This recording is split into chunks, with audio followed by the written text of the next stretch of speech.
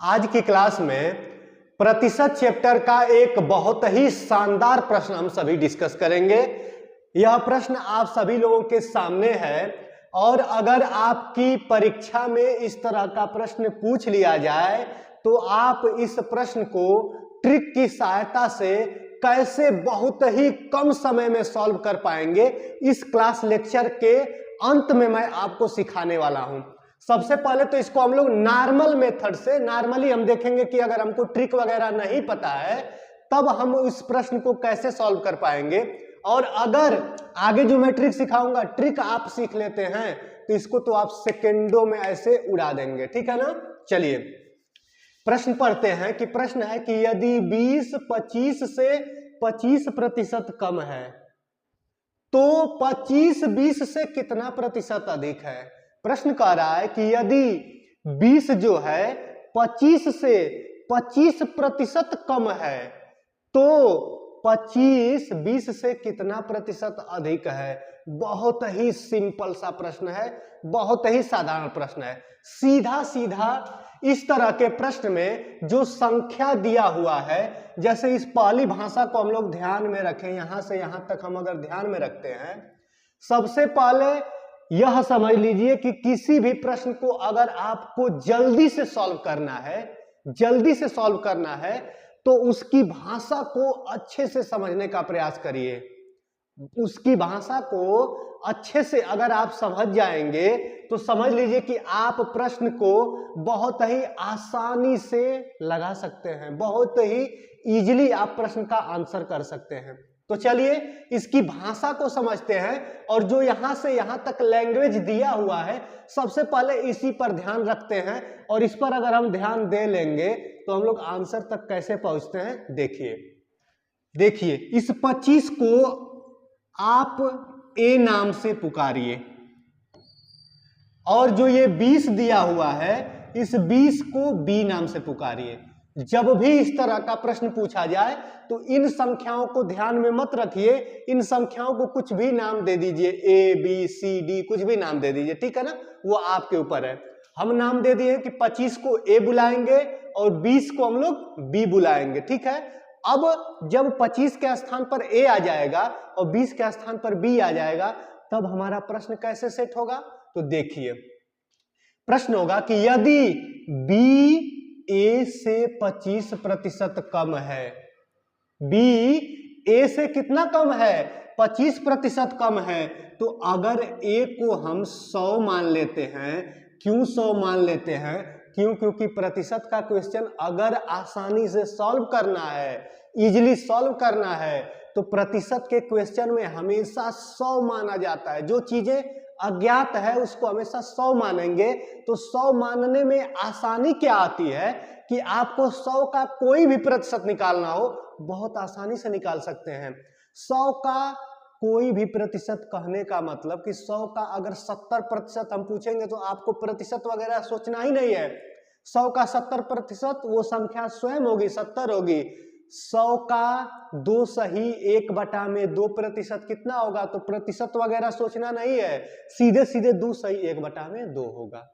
यानी 100 का परसेंट निकालना बहुत इजी होता है, इसीलिए प्रतिशत के क्वेश्चन में हमेशा 100 मान के क्वेश्चन को सॉल्व किया जाता है ताकि क्वेश्चन आसानी से कम समय में सॉल्व हो जाए। ठीक है। तो हम लोग ए को 100 मान लेते हैं और है क्या कि जो ए है ए से 25% कम आपका बी है, तो 100 से 25% कम यानी 100 का 25% 25 होगा और 100 से 25 कम कर देंगे तो बी का वैल्यू कितना हो जाएगा 75 हो जाएगा, यानी 75 हो जाएगा।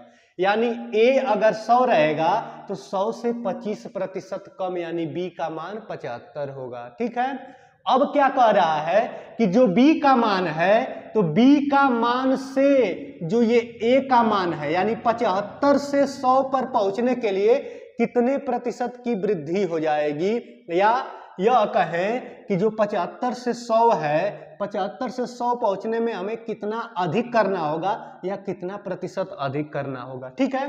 तो देखिए 75 से अब हमें निकालना है, निकालना क्या है 75 से, जिसके साथ से लगा रहेगा उसी के साथ परसेंटेज भी निकलता है। ध्यान क्या देना है कि 75 से 100 पर हमें जाना है ना, तो पहले 75 से 100 पर जाने के लिए करना क्या होगा, तो 75 में हमें 25 अधिक करना होगा। किसमें? 75 में 25 अधिक करना है, यानी फ्रैक्शन क्या बन गया, 25 बटा में 75। यही तो अधिकता है। और किस पर अधिकता, 75 पर 25 अधिक हो जा रहा है।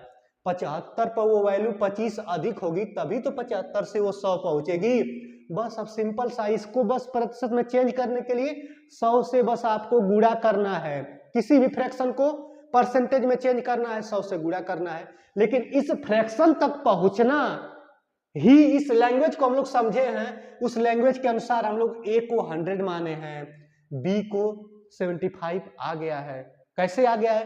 क्योंकि जो a से जो b है 25% कम है, a से जो b है 25% कम है, तो यानी ये 100 है तो 75 हो गया। अब 75 से ये कितना प्रतिशत अधिक है, तो सबसे पहले तो हम देख रहे हैं कि 75 से ये कितना अधिक है, तो 75 से ये 25 अधिक है, तो यानी फ्रैक्शन बन गया 25 बटा में 75 और गुणे 100। 25 से कम 25, 25 तिया 75, कितना हो जाएगा, एक का गुणा 100 में होगा तो 100 बटे में 3 हो जाएगा। काट दीजिए, 3 का भाग कितनी बार जाएगा, 3 तिली के 9, फिर 1 बचेगा, फिर 3 तिली के 9, यानी 33 आ गया। 33 तिया 99 होता ही है, एक शेष बटे में 3 यानी इतना प्रतिशत। 33 सही 1 बटा में 3%, यानी 75 से 100 कितना ज्यादा है, तो 75 से 100 25 ज्यादा है। और 75 से 100 कितना प्रतिशत ज्यादा है, तो 33 सही 1 बटा में 3% ज्यादा है। यानी आपका कौन सा ऑप्शन करेक्ट हो जाएगा, ऑप्शन सी करेक्ट हो जाएगा। ठीक है ना, इस क्वेश्चन का आंसर कौन सा सही हो जाएगा, ऑप्शन सी करेक्ट हो जाएगा। चलिए आगे बढ़ते हैं। अगर इस फॉर्मेट का प्रश्न जैसे 100 मान के सॉल्व किए हैं, 100 वाली विधि भी बहुत इजी है, लेकिन अगर आप बस ट्रिक याद करके और ट्रिक से सॉल्व करना चाहेंगे तो बस इस ट्रिक को आप याद कर लीजिए। इस ट्रिक को याद कर लीजिए, इस तरह का कोई प्रश्न आ जाएगा आपकी परीक्षा में, आप चुटकियों में उसका आंसर कर पाएंगे, बहुत ही कम समय में उसका आंसर कर पाएंगे। क्या है ट्रिक, क्या है ट्रिक को सीखिए कि यदि a b से x% कम है, क्या कह रहा है कि यदि a b से x% कम है, यानी इस प्रश्न में अगर ध्यान देंगे तो ये आपका a हो जाएगा और ये b हो जाएगा। यदि a b से x% कम है, भाषा सेट हो रही है, तो b a से कितना प्रतिशत अधिक होगा, तो b a से कितना प्रतिशत अधिक होगा। बस इस ट्रिक को आपको याद करना होगा, इस ट्रिक को याद करना होगा। पीछे जो सीखे हैं उसमें कुछ याद करना नहीं है, 100 मान के हम अपने क्वेश्चन की लैंग्वेज को समझकर और उसको सॉल्व कर दिए हैं, लेकिन यहां पर हमें इस ट्रिक को याद रखना होगा। ट्रिक क्या है, देखिए ट्रिक से सॉल्व करते हैं। जो हमारा यहां पर प्रतिशत कमी है उसको सबसे पहले यहां पर लिखना है, यानी x की वैल्यू कितना है, 25 है, बटे में कितना है, तो 100 से x को माइनस करना है। क्या करना है, 100 से x को माइनस करना है, यानी 100 माइनस 25 आपका हो जाएगा।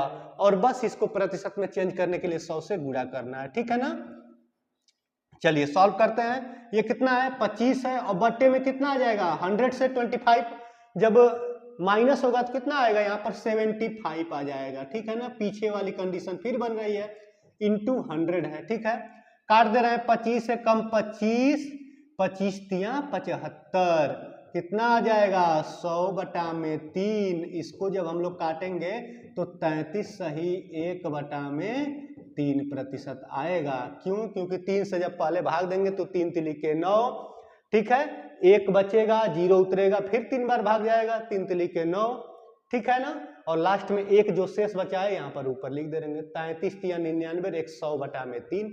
ठीक है, ऑप्शन कौन सा करेक्ट हो गया आपका, तो ऑप्शन सी करेक्ट हो गया।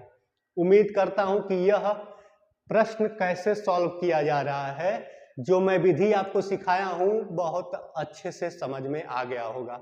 अगर आपको यह वीडियो अच्छा लगा हो तो इस वीडियो को लाइक करना ना भूलें और हमारे चैनल को सब्सक्राइब करना ना भूलें। ठीक है, थैंक यू, धन्यवाद।